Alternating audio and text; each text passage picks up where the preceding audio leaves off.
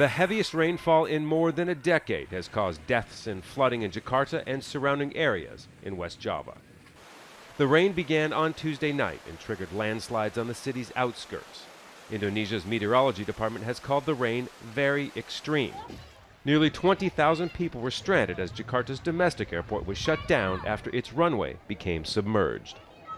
People have drowned and others have died from hypothermia or been electrocuted as power supplies were damaged by the flooding.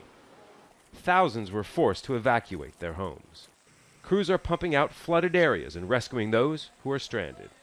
The Indonesian Disaster Agency says the rains and rising rivers have submerged at least 90 neighborhoods.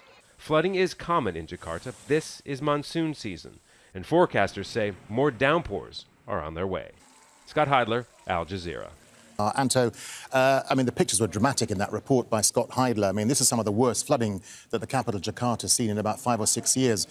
You've got family there. What are they telling you? How bad are the floods and where are the worst hit areas, briefly? Yes, I do have a family in Jakarta. They live in East Jakarta, one of the 5 districts in the capital region. But my immediate family members, my parents and siblings, they're spared from the flooding. They've been spared in even the worst floodings that occurred in the past, the previous one in 2013. The ones who live in the different neighborhoods, unfortunately, are not so lucky. Their neighborhoods are flooded. They're still assessing the kind of floods that are engulfing the city right now, but some of the most hit areas, I would say, in the northern part of Jakarta. So Anto, what's causing this current bout of flooding? Is it about bad water management, poor drainage, low-lying floodplains, or is it more complex than that? It's all of the above. It's a complex issue, but as you pointed out, those 3 factors and more have been contributing to the floods. First of all, Jakarta sits on a low-lying plains and has been expanding since the city was founded several hundred years ago. And now it's a totally urban jungle, concrete cover the city in many, many places.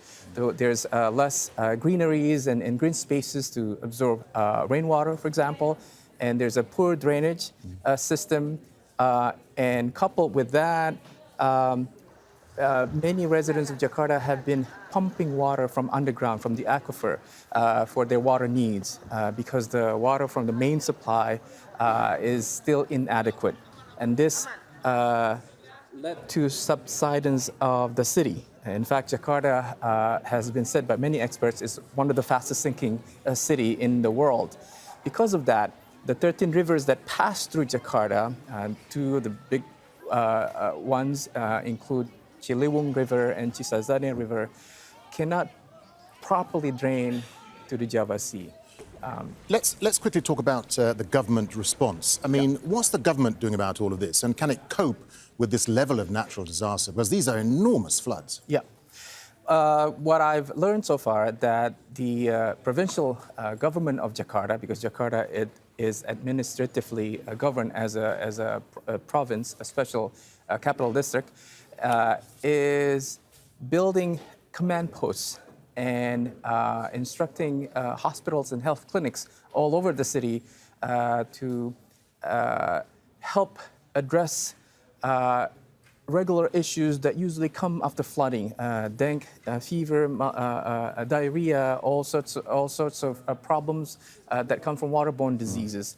That I know what the government is doing. I'm sure it can handle it because Jakarta has experienced this in the past, and so it has some measure of experience in mitigating the problem. Anto Mohsin, thank you very much indeed for sharing your thoughts with us. Thank you.